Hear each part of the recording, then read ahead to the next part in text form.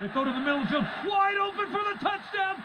Tommy Bohannon, touchdown Jacksonville. They faked it. They snuck the fullback out. That's a touchdown for the Jaguars. 24-23 Saints.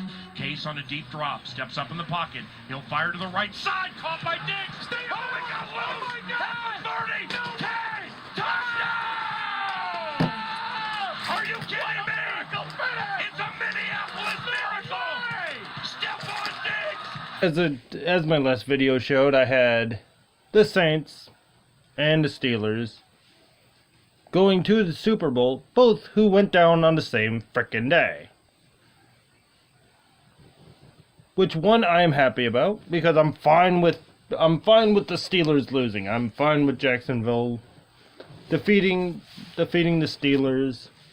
I have no problem with that whatsoever. I think the better team won, not only in the regular season, but the better team won that day too. Things that have happened even over the weekend as these games were going on, and after these games were played. Ben Roethlisberger saying one of the reasons why he wasn't allowed to go on fourth down,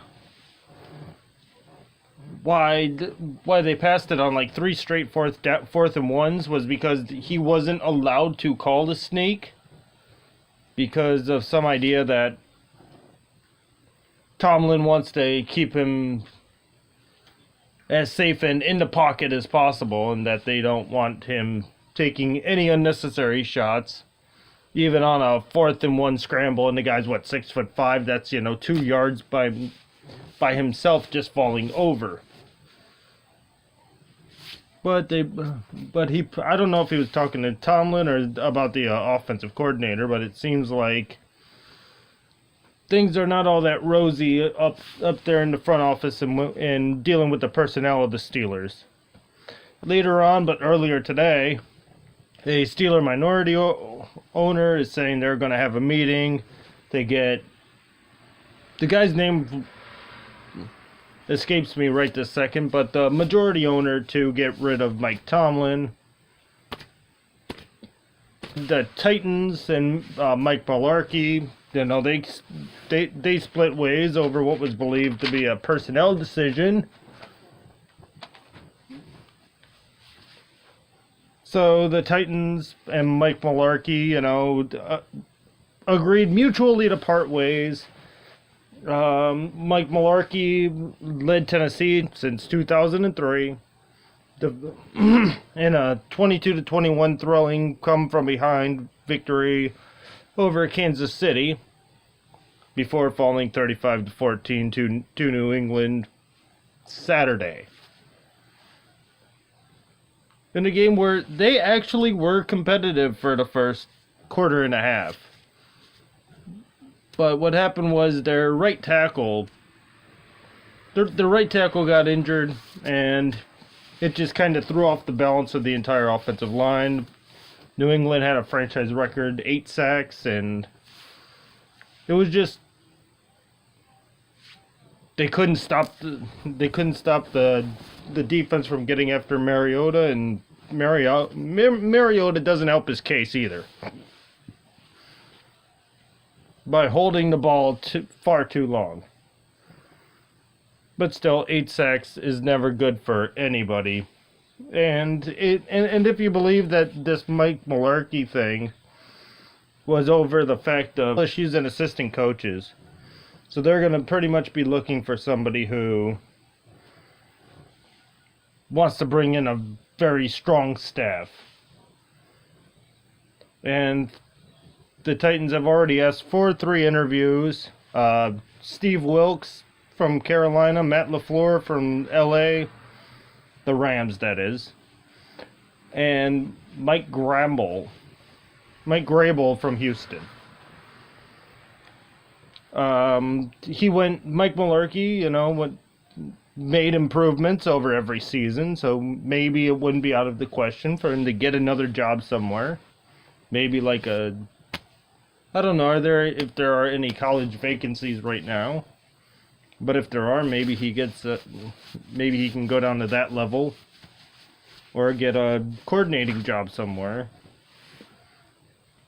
But he made vast improvements since taking over in the middle of the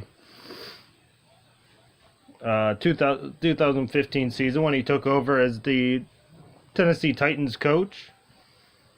The Titans were 1-6. They finished the season 3-13. And then they moved him from interim and made him the full-time coach there in Nashville, and he went 9-7 in 2016, missed the playoffs. This year he made the playoffs, won the wild card as the 5 seed. Then lost the aforementioned divisional round to the Patriots, and he finished his time with the Tennessee Titans 2021 through 2.5 seasons and 2 winning records.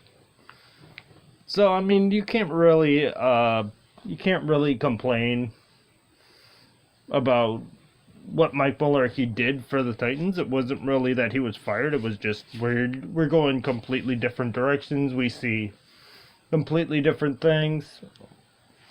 We need to see the progress that they wanted, especially when it came to Marcus Mariota and his development.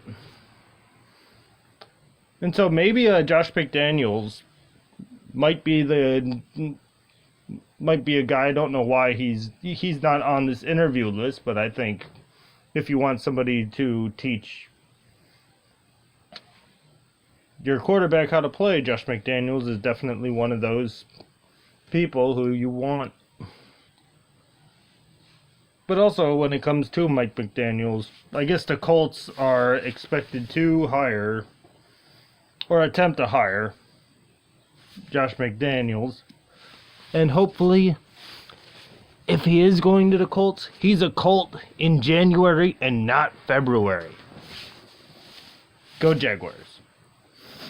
Now to the quote, Minneapolis Miracle.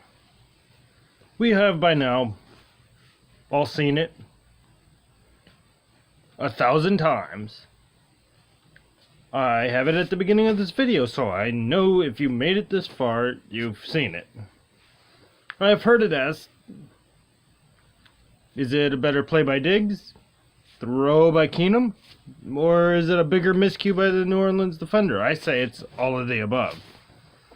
I say it's an amazingly accurate throw, a great catch by Diggs, and a very bad decision to try and avoid a pass interference call if you believe the talking points that the Saints were throwing out there, and that's why he went low to try to allow him to catch the ball but still try to trip him up. And in doing so, he went in between Diggs' legs and wiping out his own defender, allowing Diggs to just scamper off and into the end zone for the touchdown. And I guess that's what he was doing. I mean, I wouldn't see why you just wouldn't let him catch the ball with no time left and tackle him. Or why you couldn't just give the pass interference call, which would have given them the ball at like the 38-yard line. Which would have meant they had to kick some type of ridiculous, 55, 56-yard field goal. Which I would have taken I would have taken the loss with them having to kick a 56-yard field goal than what would have happened. I could have slept better if there was a pass interference call and you're making that kicker create a head case situation and seeing if he can make that 56, 55-yard field goal to take them into the conference championship.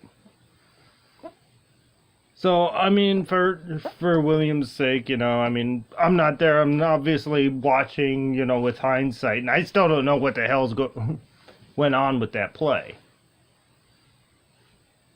So, what I'm going to just say is, congratulations to the Vikings on an amazing, if not fluky, win.